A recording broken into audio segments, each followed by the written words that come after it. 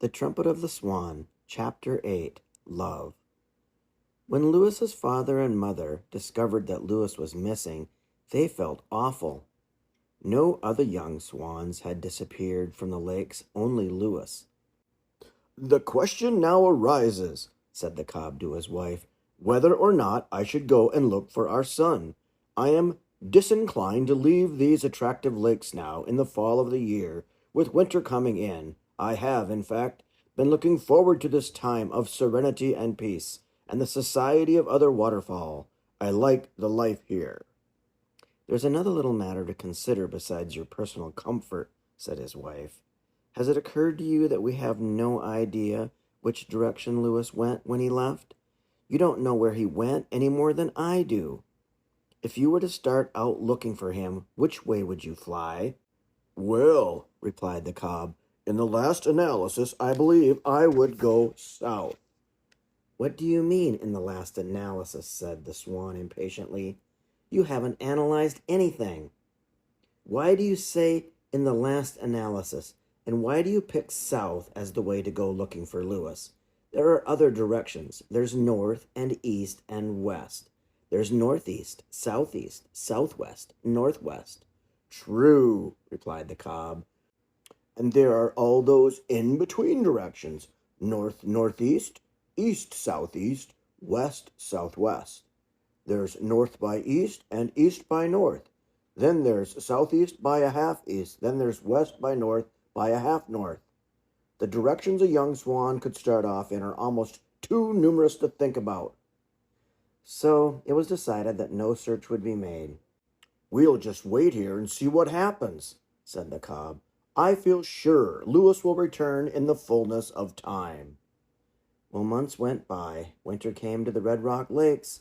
The nights were long and dark and cold. The days were short and bright and cold. Sometimes the wind blew, but the swans and geese and ducks were safe and happy. The warm springs that fed the lakes kept the ice from covering them, and there were always open places. There was plenty of food. Sometimes a man would arrive with a big bag of grain and spread the grain where the birds could get it. Spring followed winter, summer followed spring. A year went by, and it was springtime again. Still no sign of Lewis. Then one morning, when Lewis's grown-up brothers were playing a game of water polo, one of them looked up and saw a swan approaching in the sky. "Coo-hoo!" cried the cygnet. He rushed to his father and mother. "Look, look, look!" All the waterfowl on the lake turned and gazed up at the approaching swan. The swan circled in the sky.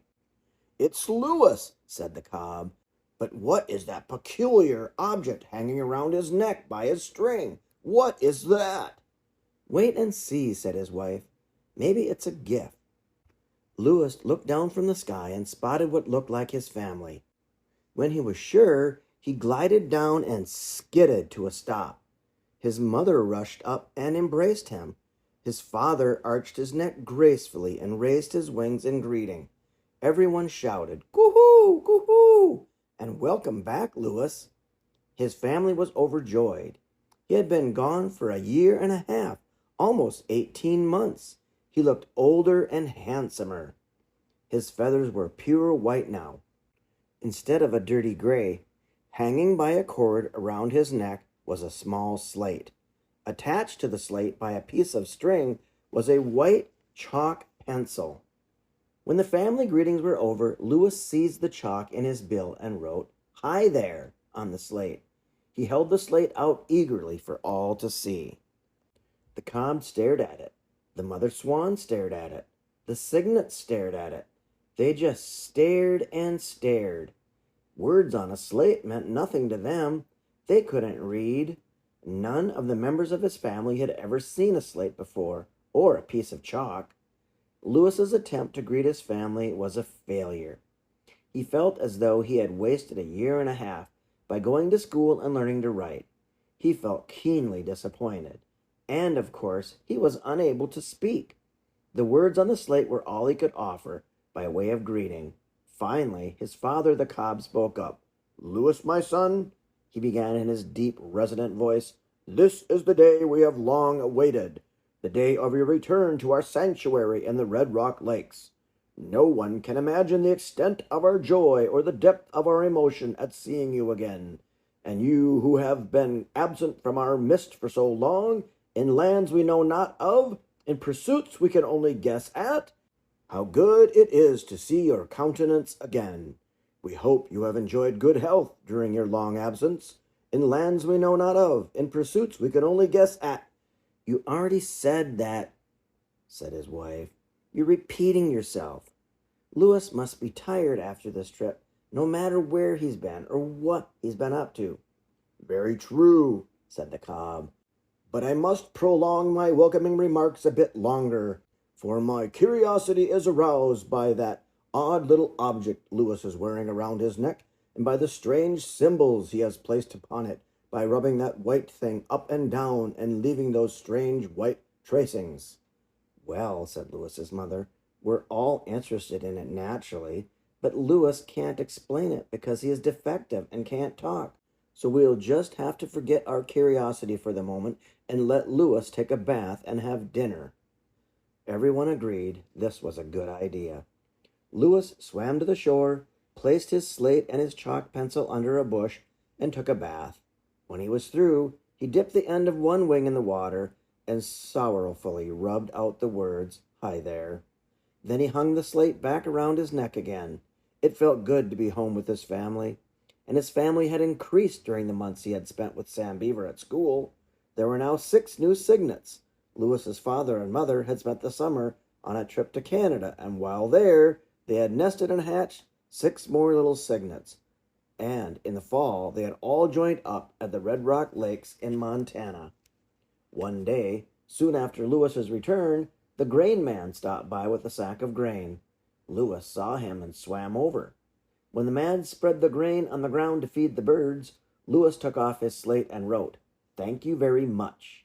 He held the slate up to the man, who appeared surprised. "Say," said the man, "you're quite a bird. Where did you learn to write?" Louis erased the slate and wrote, "At school." "School?" said the grain man. "What school?" "Public school," wrote Louis. "Mrs. Hammerbotham taught me." "Never heard of her," said the grain man, "but she must be a darn good teacher." "She is," wrote Louis.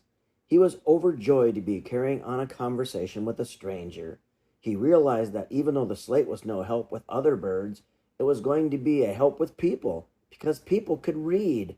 This made him feel a whole lot better. Sam Beaver had given Louis the slate as a goodbye present when he left the ranch. Sam had bought the slate and the chalk pencil with money he had saved. Louis decided he would always carry them with him, no matter where he went in the world. The grain man wondered whether he had been dreaming, or whether he had really seen a swan write words on a slate. He decided to say nothing about it to anyone, for fear people might think he was crazy in the head. For birds, spring is the time to find a mate. The warm, sweet airs of spring stir strange feelings in young swans. The males begin to notice the females. They show off in front of them. The females begin to notice the males too, and they pretend they are not noticing anything at all. They act very coy. Louis felt so queer one day, he knew he must be in love, and he knew which bird he was in love with. Whenever he swam past her, he could feel his heart beat faster, and his mind was full of thoughts of love and desires. He thought he had never seen such a beautiful young female swan.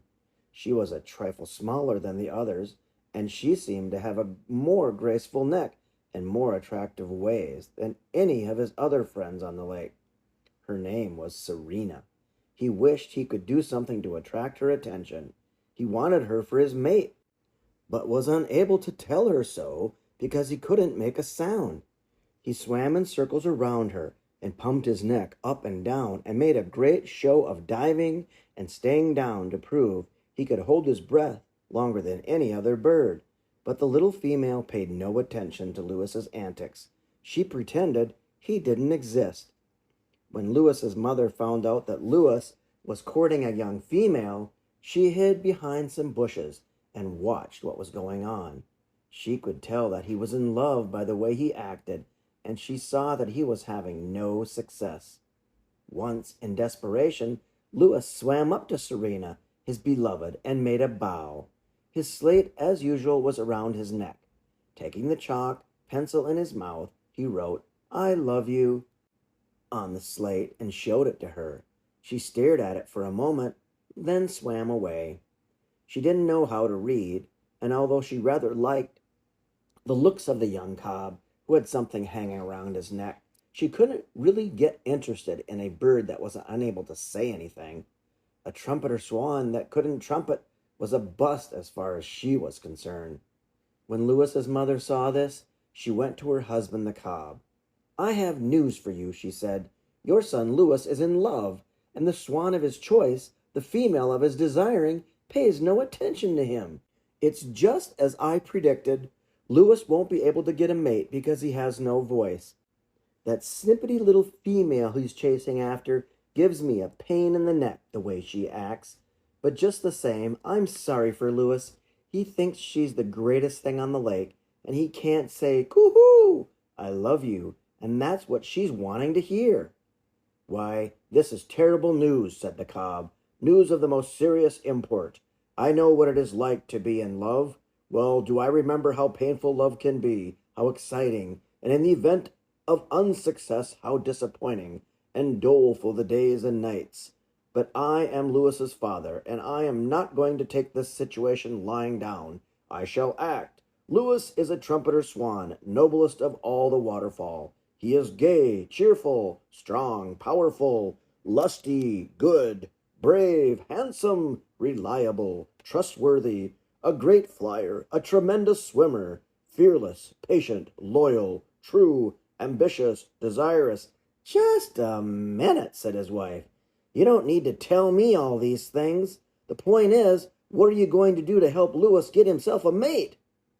"Well, I'm leading up to that, in my own graceful way," replied the cob. "You say that this young female wants to hear Louis say, 'Coo-hoo, I love you?'" "That's right." "Then she shall hear it," exclaimed the cob. "There are devices made by men, horns, trumpets, musical instruments of all sorts. These devices are capable of producing sounds similar to the wild sound of our trumpeting. I shall begin to search for such a device, and if I have to go to the ends of the earth to find a trumpet for our young son, I shall find it at last and bring it home to Louis." "Well, if I may make a suggestion," said his wife, "don't go to the ends of the earth. Just go to Billings, Montana. It's nearer." "Very well, I will try Billings. I shall look for a trumpet in Billings. And now, without further ado, I go. There is no time to lose. Springtime doesn't last forever. Love is fleeting. Every minute counts. I'm leaving this instant for Billings, Montana, a great city teeming with life and with objects made by man. Goodbye, my love. I shall return." "What are you going to use for money?" asked his practical wife. "Trumpets cost money." "Leave that to me," replied the cob. And with that, he took off into the air. He climbed steeply, like a jet plane, then leveled off, flying high and fast toward the northeast. His wife watched him until he was out of sight. "What a swan," she murmured. "I just hope he knows what he's doing."